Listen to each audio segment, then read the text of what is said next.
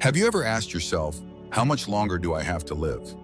Not in a superstitious or fortune-telling way, but as a very real, very human question, especially once you've reached your 70s.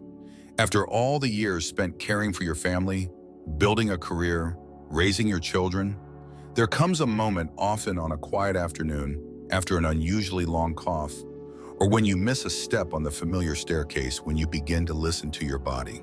And you ask yourself, is my body trying to tell me something? What seems like an abstract question actually has a surprisingly concrete answer. Modern science has shown that the human body, especially after the age of 70, always sends out clear signals about which direction you're heading, towards a healthy, independent life for many more years, or into a stretch of fatigue, dependence, and a quiet withdrawal from the world. Sadly, most of us fail to recognize those signals, not because we don't care, but because the signs are usually subtle. They're not loud. They don't scream or cause immediate pain. They simply change little by little. Your steps become less steady, your sleep more fragmented, your grip on small objects less firm. These changes, though seemingly normal, are actually the most valuable messages your body is trying to send. And if you know how to listen, you'll have the chance to change so much. I've met many older people, some still healthy, sharp, walking every morning, cooking for themselves, and laughing with grandchildren every weekend. But there are also those who just a few years ago were still sprightly and now lie in bed, completely dependent on their children. All of them once stood at the same threshold of 70. The difference wasn't luck, it was awareness. Who noticed the signs and who ignored them. An old friend of mine, Mr. David, once shared something I'll never forget. Old age didn't take everything from me. It only asked whether I was sharp enough to hold on to what matters most. And that's a life of independence, agency, and the ability to choose how I live. David is now 82. Every morning he walks around the lake, reads the newspaper, and calls friends to chat. His life isn't loud, but it's full of vitality. Meanwhile, Charles's childhood best friend quietly withdrew from life at the age of 74, not because of severe illness, but because he didn't realize his body was slowly losing essential functions. So where are you on that path? Don't wait until you get a worrying test result. Don't wait until you're hospitalized after a fall, because your body right now is whispering to you in its own language. And if you learn to listen, you'll gain a roadmap to a life in old age that is not just long, but joyful, healthy, and meaningful.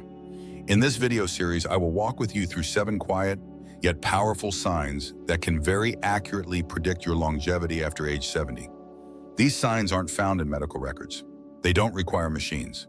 They come from the way you walk, how you sleep, your daily meals, your balance, the strength in your hands, your response to stress, and finally, the relationships you nurture. This is not a checklist meant to make you anxious or afraid. It's a mirror for you to reflect on yourself. A gentle, honest journey for you and me to self-diagnose, not to judge, but to prepare, to fix what we still can, and to live the next chapter as fully as possible. And if you find what I'm sharing valuable, please hit the follow button, because the upcoming videos will help you deeply understand each specific sign, each small change that carries great power. I believe that when you understand what's going on inside your body, you will no longer feel helpless against aging. You will take charge and choose how you want to live. Follow the channel so you don't miss the next episodes. And if you're ready to take this journey with me, leave a comment. I'm ready to listen to my body. Try to remember the last time you went for a walk outside. Did you have to stop midway to catch your breath? Did your legs feel heavier than usual? Your breathing more labored, your heartbeat pounding, even though you'd only walked a few hundred meters? Or were you still walking steadily, not in a hurry, but without needing to rest? Don't underestimate those steps. They could be whispers from the future. Science has shown that walking speed in people over 70 is one of the most accurate indicators for predicting lifespan. Not blood pressure, not blood sugar, but something seemingly simple: your walking pace. Slowing down isn't just a sign of aging, it's a map of your body's overall strength, your muscles, heart, lungs, nerves, and full body coordination. And if your walking speed is gradually decreasing, there's a good chance your longevity is quietly ticking down with it. I once knew two men, David and Charles. They were close friends since working together in the Postal Service.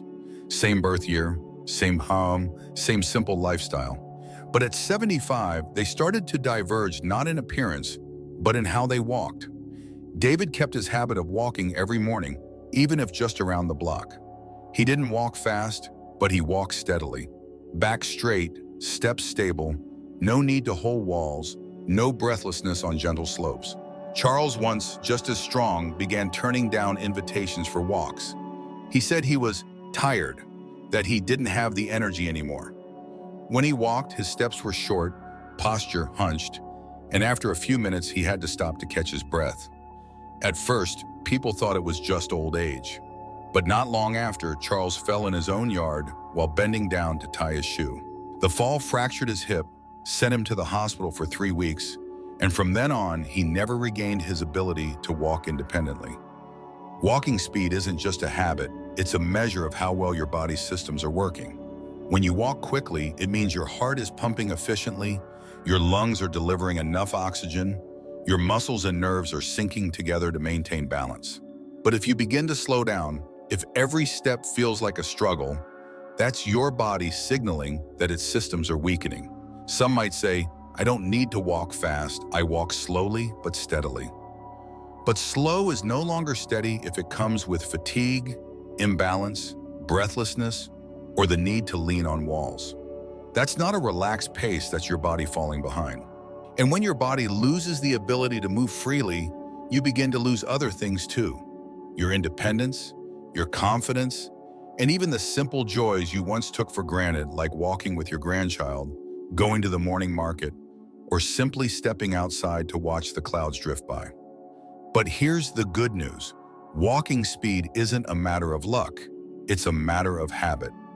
David, my friend, wasn't always this strong. He once had knee pain. He once considered giving up his walking routine, but he started again little by little, a few minutes each day, then gradually more. He practiced standing and sitting repeatedly, lifting his heels, balancing without support. And something remarkable happened. He felt lighter, breathed easier, and walked faster. No one had to push him. He just stayed consistent. There's a simple test you can do. Walk 10 meters at your normal pace. If it takes you more than 6 to 7 seconds, you're at high risk for cardiovascular and mobility problems. If you feel tired after a short distance, listen to your body. Don't pretend you're fine. Be honest with yourself, because that's the first gift you can give to your future. You don't need to be an athlete. You don't need to run, but you do need to walk steadily, walk with intention, walk each day as a declaration that you are still fully alive. Every step is a personal vow. I choose to keep moving. I choose to extend my life in my own way. And if you've read this far, I'd like to invite you to do one small thing. Try standing up and walking around your house. Feel your steps. Don't judge. Just listen. If you find yourself walking slower than last year, if you need a break midway, don't worry. You're not alone. What matters is that you've started to notice. And from that awareness, change is possible.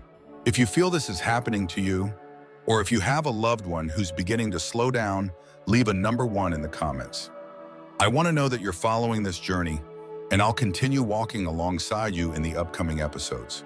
And don't forget, hit the follow button to receive more videos that help you understand your body after 70. Every strong step forward is a step closer to a happy old age. You might think longevity lies in the heart, the lungs, or the brain. But few realize that the hands, the very hands you use to open a jar, carry groceries, or hold a loved one's hand, are actually a key indicator in measuring how long you might live. There's a simple medical test that researchers around the world have been using for years: grip strength. And the results have surprised the entire medical community. The stronger your grip, the longer you're likely to live. It's no coincidence. Grip strength reflects the overall power of your muscular system, circulation, nervous coordination, and even your ability to live independently day by day. Let me tell you the story of two friends, Thomas and Edward, both 78 years old, once colleagues in a small mechanical workshop in northern England. Since retiring, Thomas has kept a light routine every morning: mowing the lawn, washing his car, tinkering with loose screws around the house as a hobby. Edward, on the other hand, avoids physical activity. Since retirement, he spends most of his time watching TV, reading, and relaxing. People often say, Edward lives a carefree life, nothing to worry about. But that comfort has quietly taken something precious from him, the strength in his hands. One day at the market, Thomas opened a jar of honey with one hand and laughed, "This one's tight, but still doable." Edward looked on and tried to do the same with a bottle of mineral water.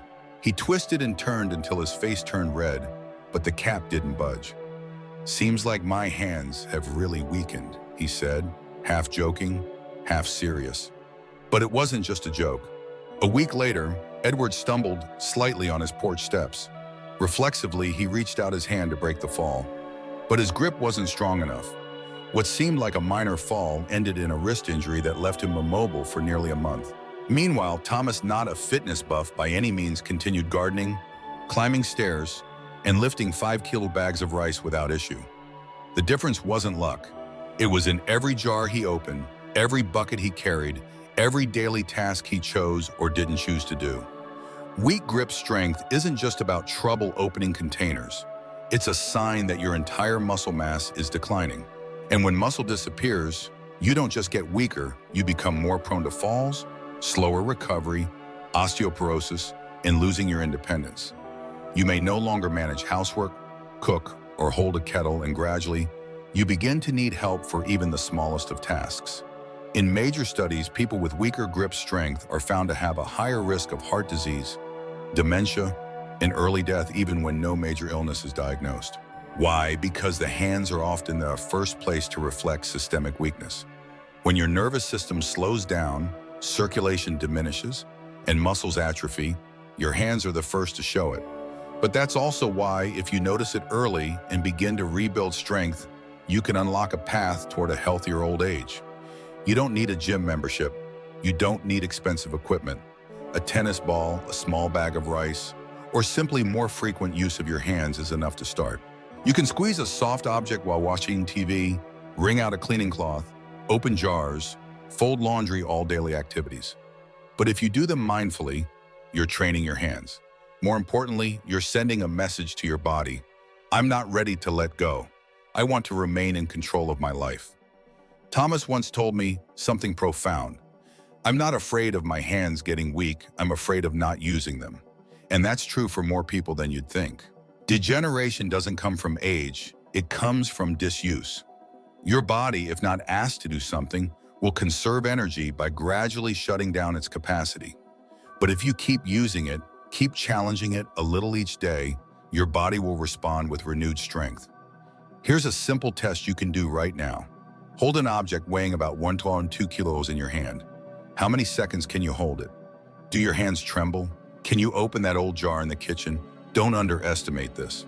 Because the ability to hold on with your hands is the ability to hold on to a life of freedom and independence.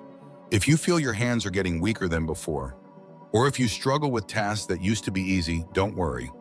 What matters is that you've noticed and are ready to begin again.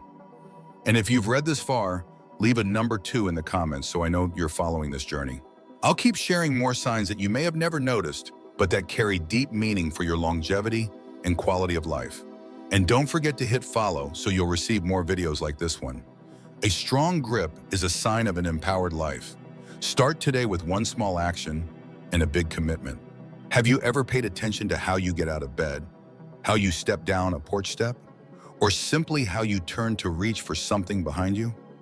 These small movements, if they make you feel unsteady, wobbly, or in need of support just to stay upright, could be your body sending a crucial signal. Your sense of balance is declining. And according to medical researchers, this is one of the most accurate predictors of longevity after the age of 70. There's a simple test. Stand on one leg for 10 seconds without holding on to anything, without wobbling, without letting the other foot touch the ground. Can you do it? If not, don't brush it off. Because this test, which may seem like a simple game, has revealed a strong link between balance ability and mortality risk within the next 7 years for people over 70. Sounds serious? It is, and it's incredibly precise. I've seen this firsthand in the story of 2 women, Grace and Helen, both in their 70s, former primary school teachers, lovers of gardening, and nearly identical in lifestyle for many years. But slowly their paths diverged, beginning with one small thing: their ability to maintain balance. Grace kept her habit of doing yoga every morning. Not complex poses, just a few minutes standing on one leg, breathing deeply, and tuning into her body. She told me that standing still for a few seconds each day was like signing a personal contract. I'm still in control of this body. Helen, on the other hand, changed. After her husband passed away, she lived alone, moved less. She didn't enjoy exercise and often said, "Just walking around the house is enough." Then one morning, stepping into her garden, her foot caught a small rug by the door. The fall seemed minor but fractured her hip.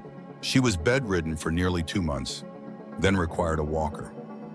From someone who once cooked, cleaned, and gardened with ease, Helen became dependent, all because of a slip. What struck me most was that just weeks earlier, Helen had told me, "Lately I feel a bit wobbly when standing too long, but I guess it's normal." And that right there, that belief is where the trouble begins. Many people think loss of balance is a natural part of aging, but the truth is it's not normal. It's a warning sign that the coordination between your nervous system, muscles, and inner ear is starting to falter. Balance is a delicate symphony between your brain, eyes, inner ears, and large muscle groups. When you stand on one foot, you're asking all those systems to work together, sensing body weight, adjusting joint positions, aligning your posture, and controlling your breath. If one link is weak, the whole system begins to sway. As your balance declines, your risk of falling skyrockets. And for older adults, a fall isn't just a bruise or fracture. It's the beginning of a cascade of losses. The loss of mobility, independence, confidence, and in many cases, the ability to fully recover. Statistics show that 1 in 3 adults over 65 will fall each year, and over half of them never return to their previous level of function. But like many signs in this video, this isn't the end. It's a wake-up call, a chance to change course. Grace told me that when she first started practicing balance, she couldn't hold her position longer than 3 seconds. But she trained every day, gradually increasing. After a few weeks, she could stand for 10 seconds. After a month, she could stand on one leg and touch her opposite foot without losing balance. No machines, no help. Just a small space in her living room, a yoga mat, and quiet determination. Balance isn't just physical, it's psychological. It's the feeling that you still have control. It's your body's way of saying, "I haven't given up." You can start with simple exercises. Stand on one leg while brushing your teeth, walk heel to toe in a straight line, or close your eyes and feel your weight shift for a few seconds. If done regularly, these movements don't just improve your balance, they enhance coordination, build confidence, and reduce anxiety about falling. And if you're thinking, "I'm too old to start now," remember that Helen thought the same. But just a few weeks of no training, and she lost her stability, followed by months of being confined to bed, lonely and discouraged. Meanwhile, Grace, with just a few short minutes each day, still washes dishes, shops for groceries, tends to her plants, and holds on to the pride of independence. So where do you stand between those two paths? If you feel wobbly when turning, often need to hold on to furniture to rise, or hesitate to climb stairs alone, it may be time to spend a few minutes each day rebuilding your stability. And if you've read this far, I invite you to try a small test. Stand on one leg and count to 10. If you can do it, fantastic, keep it up. If not, congratulations, because you've just discovered something you can change. Leave a number 3 in the comments if this resonates with you. That way I know you're here, you're listening, and we're still walking this path together. And don't forget, hit the follow button so you don't miss the next videos. Every second you stay balanced today is one more day of freedom tomorrow. Choose balance not just for your body, but for your dignity and self-worth. There's an old saying I didn't truly understand until much later in life. Sleep is the only elixir of longevity we can give ourselves every single day. And it's true. When we're young, sleep often feels like something we can take for granted. We fall asleep the moment our head hits the pillow. Going to bed late, sleeping short hours, waking up startled, none of it seems to matter. But after age 70, everything changes. The body no longer easily drifts into deep sleep, And those restless nights often mark the beginning of a quiet, unexpected decline. I once met George, a 76-year-old man who goes to bed early and rises consistently at 5 a.m. He doesn't use sleeping pills, nor does he need any sleep aids. "I've trained myself into a gentle rhythm," he said. "I turn off the lights at 9 p.m. I don't watch TV after dinner. I read under warm light and always keep the window slightly open to let the night air in." The result? George sleeps deeply, doesn't wake up in the middle of the night, and greets each morning alert, enjoying breakfast and starting the day by gardening, reading the paper, or chatting with neighbors. His sleep is the foundation of his energy and mental clarity, rare qualities at that age. On the other hand, Stanley George's longtime friend lives quite differently. He stays up late, often watching the news until midnight, sleeping in a pitch-dark, tightly shut room. Sleep comes to him reluctantly, and within 2 hours he's wide awake, shaken by a bad dream or startled by a hallway noise. Stanley told me that some nights he wakes up 3 times, and each time feels like life force has been drained from him. Although he logs nearly 7 hours of total sleep, he never feels rested, and it shows: sunken eyes, a flat voice, and signs of short-term memory decline. Do you see yourself in one of these stories? After 70, sleep isn't just a need.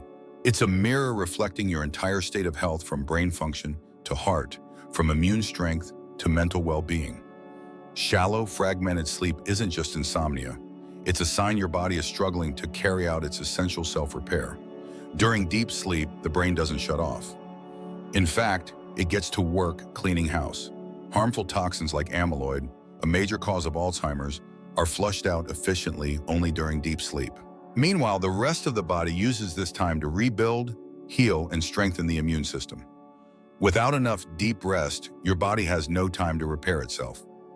Over time, memory fades, reaction times slow, blood pressure climbs, and moods darken for reasons you can't quite explain.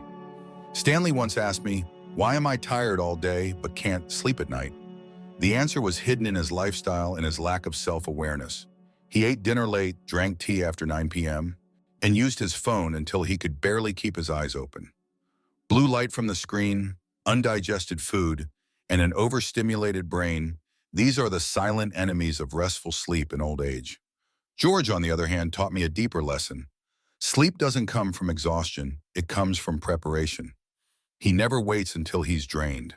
Each evening is a slow, mindful ritual, dimming the lights early, playing soft music, soaking his feet in warm water, and writing a few lines of gratitude in his journal. "That's how I clear the path for sleep to arrive," he told me. If you're struggling with sleep, don't brush it off as just another part of aging, because there's a lot you can do to change it, starting today. Begin by observing. What time do you go to bed? Do you often wake up in the middle of the night? When you wake up in the morning, do you feel refreshed or more tired? These questions aren't just for tracking, they are your body speaking to you. And if you listen closely, you'll realize small changes can shift an entire biological rhythm back into balance. I firmly believe that a person over 70 who still sleeps naturally without pills or devices is someone who still holds on to the deepest essence of health: recovery. It's the one thing money can't buy, family can't provide, and no doctor can prescribe better than your own habits. If your sleep no longer feels the way it used to, if you're constantly fatigued during the day, feel mentally foggy or emotionally low without a clear cause, perhaps it's time to look at how you sleep rather than reaching for things to stay awake. Leave a number 4 in the comments if you've been dealing with restless sleep, frequent waking, or shallow rest. I want to know you're following this journey, and I'll keep walking with you as we continue learning to listen to our bodies. And don't forget, hit follow so you don't miss the next videos. Sleep is the root. When your sleep is healed, the rest of your life becomes lighter, brighter, and full of vitality. There's a kind of loss that few people notice, not memory loss, not insomnia, not even the loss of mobility. It's the gradual loss of appetite. When meals start to feel bland, when dishes you once loved become routine and joyless, when you begin eating less without knowing why, it's not just a lack of hunger. It could be your body whispering something quietly sad: "I'm getting weaker." After 70, appetite isn't just about food. It's a subtle signal that tells us whether your internal organs are still functioning smoothly. When you no longer feel hungry, lose interest in food, or get full unusually fast, it could mean your digestive system is slowing down, hormones are out of balance, or organs like the liver, pancreas, and intestines are no longer operating efficiently. Losing appetite is losing life, little by little. I once met Linda, an elderly woman living alone in a sun-filled house surrounded by flowers. She cooked every day, not fancy meals, but thoughtful ones. A bowl of vegetable soup, sticky rice with mung beans, a few slices of ripe banana. She told me, "I don't eat much, but I eat well. Every bite is a reminder to be grateful that I still can."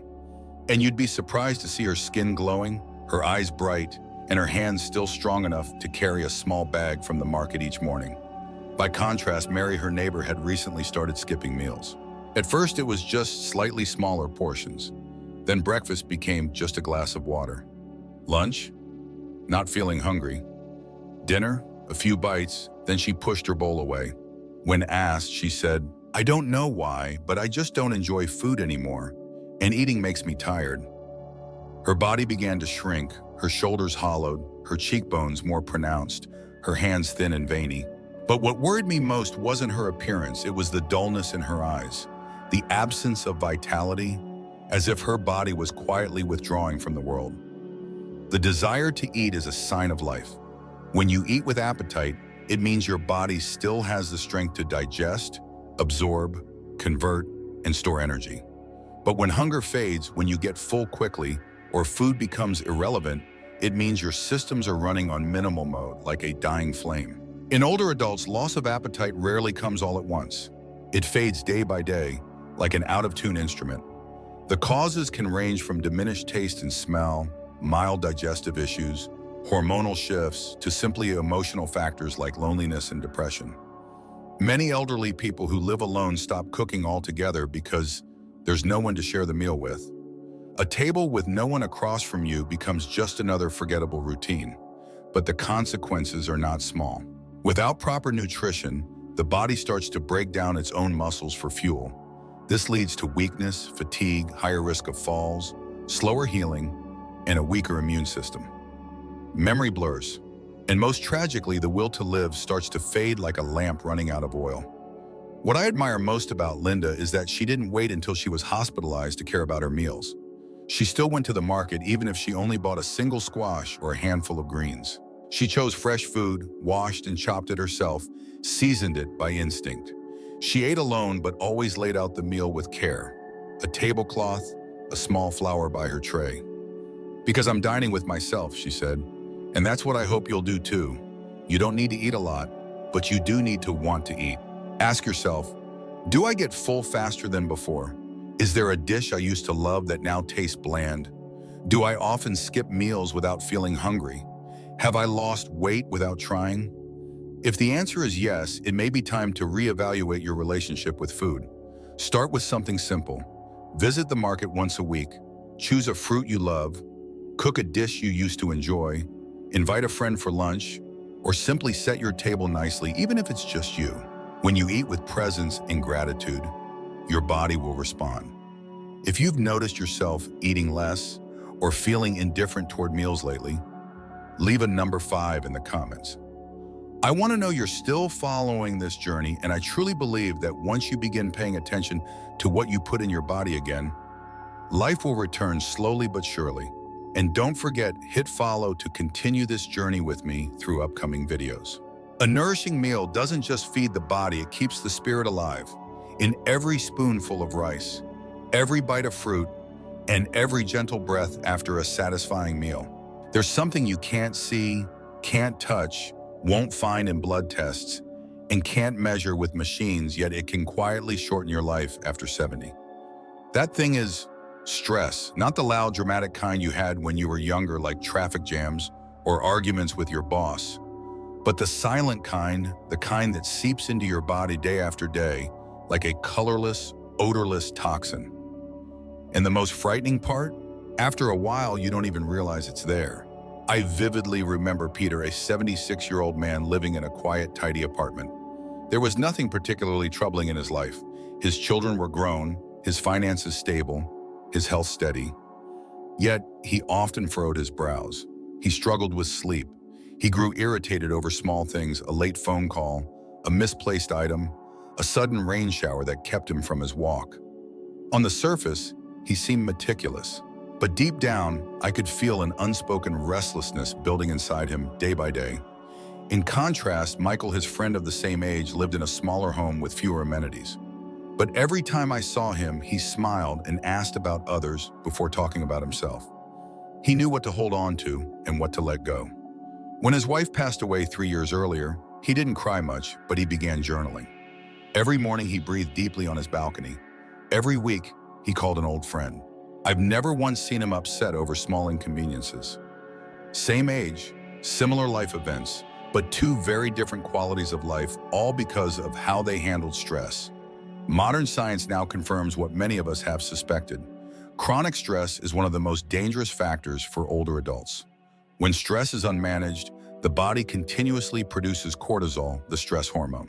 Elevated cortisol levels weaken the immune system, raise blood pressure, increase the risk of heart disease and diabetes, and can even shrink key parts of the brain related to memory and emotion. People who live with long-term anxiety often suffer from insomnia, appetite loss, fatigue, cognitive decline, and higher risk of depression. And tragically, many people over 70 live in this state without realizing it, because they've gotten used to enduring. Peter once said, "I'm not a worrier. I just can't sit still when things don't go my way." But this need for perfection, for things to follow a certain plan, kept him constantly wound up. No one pressured him, he pressured himself. Michael was different. When his washing machine broke, he called a repairman and read a book while waiting. When he forgot an appointment, he apologized and moved on. When it rained, instead of walking outside, he stood under the eaves, listened to the rain, and treated it as a new experience. He didn't have any special training, he just chose to live gently with himself. Stress management isn't about who's better. It's a skill you can learn and practice, and it becomes even more essential after 70. Because as we age, we no longer have the reserves to push through like before. Every night of lost sleep, every moment of unnecessary anger, every hidden worry, these are tiny doses of poison drip-fed into the body.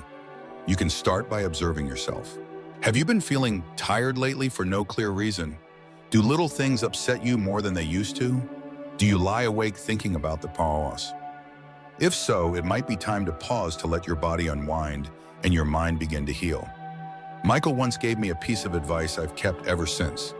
Every day, do one thing that makes you feel lighter, not happier, not more accomplished, just lighter. It could be 3 deep breaths when you wake up, a walk in the park without your phone. Writing down one thing you're grateful for today.